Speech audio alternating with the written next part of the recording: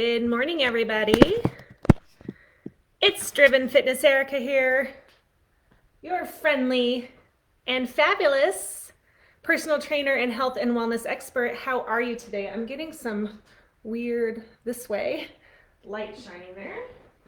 So I'm gonna go ahead and do this. All right. How are you? Welcome to my fabulous at-home fitness dojo. This is where I do a lot of my training, Zoom training, when I'm not at the studio. So it's not fancy, but is extremely effective. Does not have to be fancy to be effective, right? How are ya? If you are tuning in, then give me a quick shout out. Hello. Let me know who you are, where you're calling from, watching from. Welcome to my weekly live session. So I'm here almost every Wednesday around 7:30 in the morning live and on replays. So we're talking all things health and fitness. And today we're talking about running shoes. But while I wait to see if anybody comes in and joins us live, I have to tell you, yesterday I had the coolest Zoom call with a woman named Florence. She's a certified medicinal herbalist. So she uses natural herbs to help solve all kinds of health issues that you might be feeling, pains, aches, illnesses, and she's really heavily into CBD as well as herbs. And I learned so much about CBD and what's out there on the market. So I think I'm going to talk about what I learned next week. So if you want to learn about CBD and the do's and the don'ts of all the various brands out there, I mean, you can practically get it at the grocery store now, then tune in next week. All right, running shoes.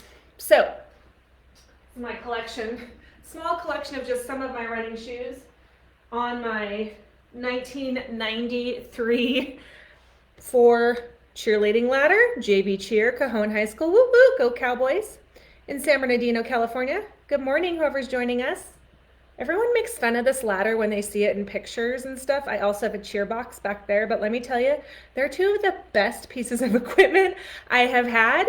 And that thing is like barely, it's still hanging on by a thread from 1994. So, hey, don't knock it, right? It's a good story. I was a cheerleader for 2 years in high school, 2 years. Okay, so running shoes. This is my just a small collection of some of my running shoes. I have more. People feel very strongly about running shoes. So when you ask them about shoes, sometimes you don't even ask them, they'll give you your opinion. Everyone feels very strongly that their running shoes are the best, the type of running shoes they have are the best. Don't listen to them, okay?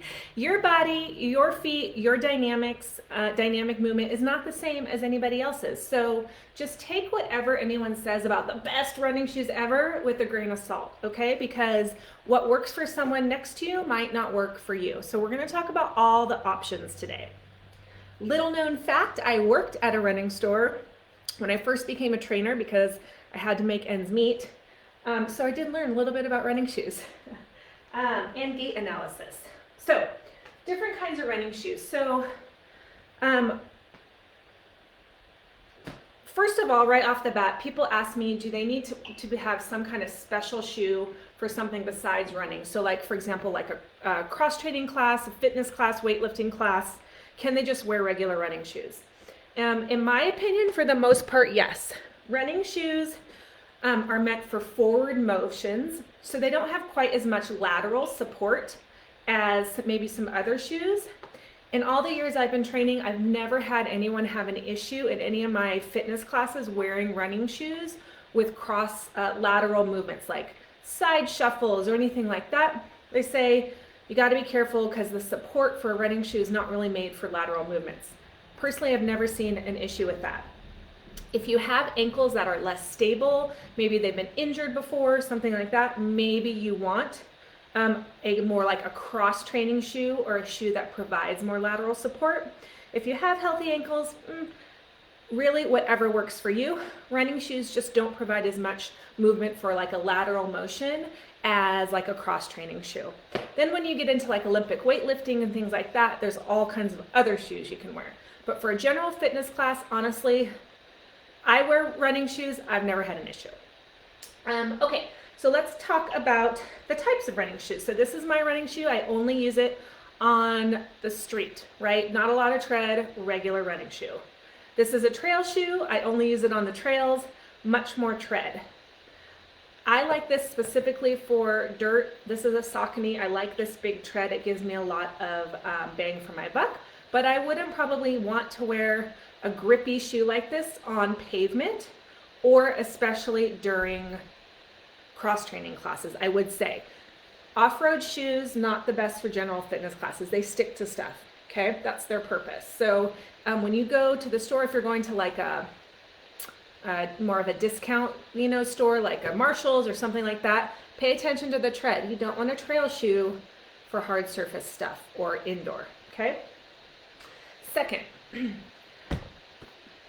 a shoe that looks kind of like what you would think of as a normal running shoe like this. This is a mid-stability shoe, so it gives me a little bit more stability on the inside of my arch than a flat shoe like this, which gives less stability on the inside of your arch.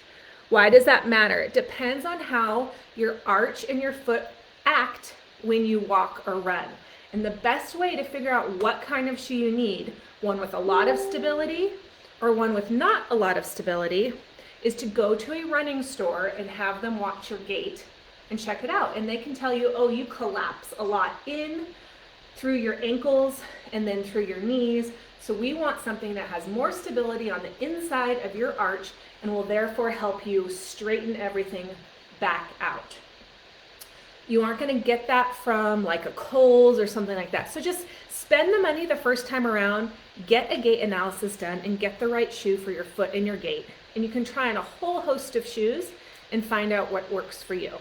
The thing about trying on running shoes is there is no break-in time. You do not need to break in running shoes. Your feet should tell you right away the first time you put them on whether they work for you. If it doesn't feel good when you put them on and walk around the store, they are not going to break in to feel better, probably. Okay, so when you put them on the first time and walk or run around the store, then it should feel good right away. If it doesn't, it's not the shoe for you. Okay, so next. The more traditional running shoe has this little tiny lift. You wouldn't notice it. Very, very small lift in the back of the heel. So your heel is actually a little bit higher than your toe.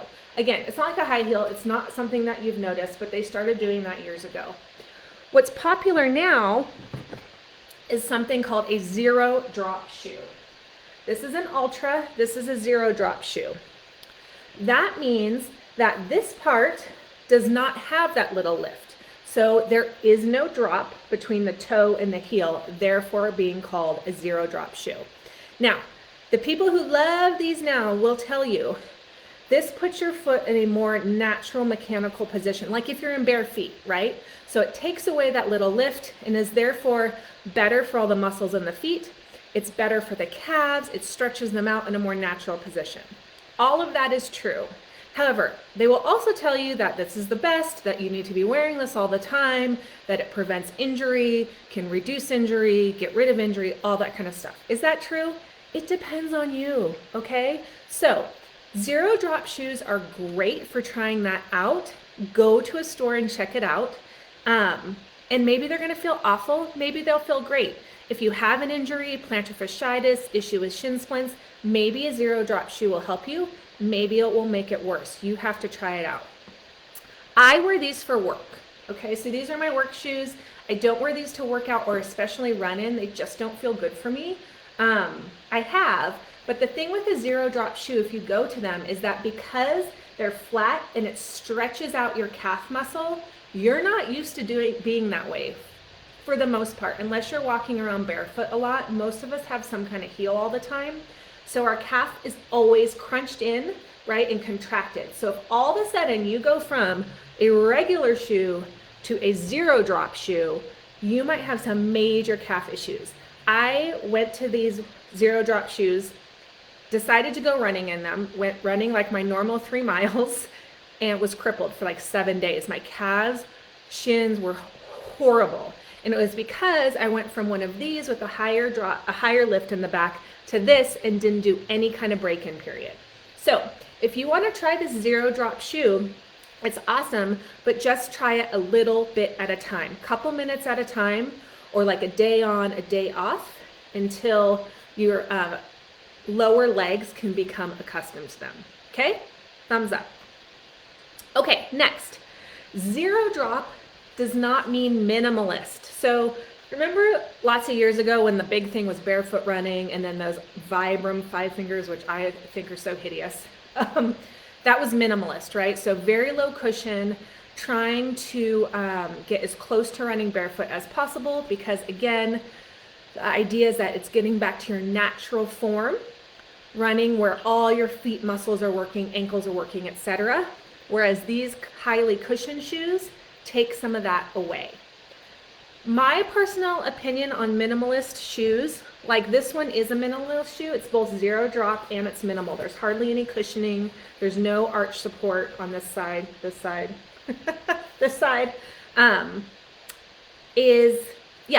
it's great to work on exercises and forms of exercise that encourage your feet muscles to work, your ankles to work. However, most of us are spending a lot of time running on concrete and pavement these days. And personally, I just don't know that it's the best idea to do it in a minimalist shoe if it doesn't feel good to you. I would rather you get barefoot training by like actually running barefoot on a lawn, or yoga, or some weight training when bare feet, versus trying to do it while you're running. Not to mention that a lot of us are carrying a couple extra pounds, right? And our joints are getting a little bit more shocked.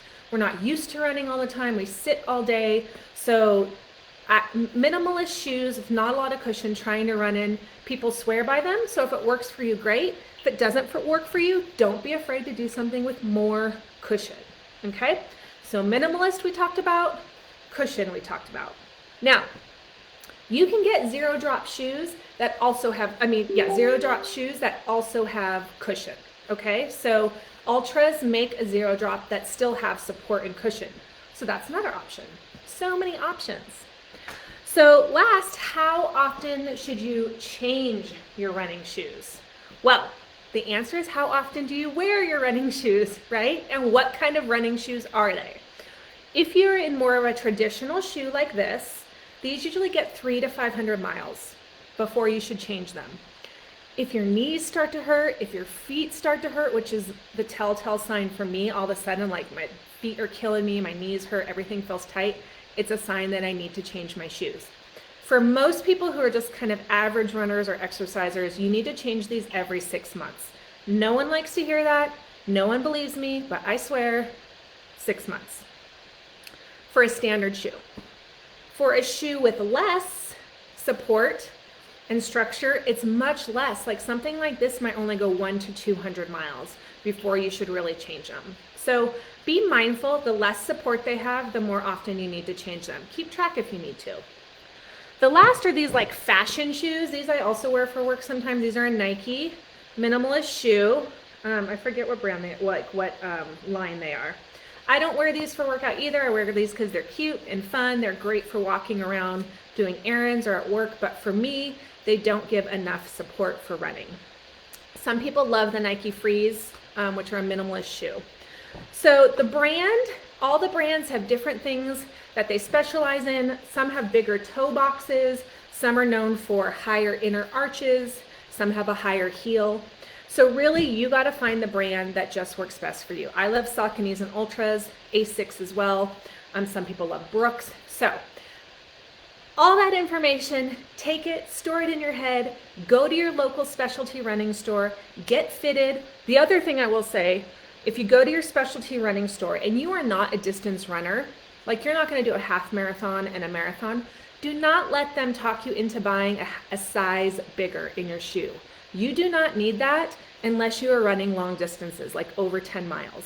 But they're a running store, that's how they think in their head. So I've had many, many clients who go just for a proper shoe, just for fitness classes, and they come back and they're like, God, Erica, these are so big. They wanted me to get a size bigger, even a half size bigger. You don't need that unless you are running long distances. And the reason that you do that is because your feet swell while you're running and you need the space.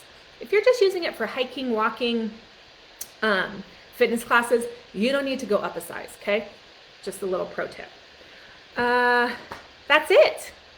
That's my big running shoes story. We went long today, 15 minutes. So if you are just joining me and you missed it, then I will post and you can replay later. We talked about the different kinds of shoes, what kind is best for you, and how often you should be changing them. So hit me a little comment if you like it, and then please share this on your walls so everyone else can learn and tune in with me next week. All right, have a great day, and I'll see you guys next time. Bye.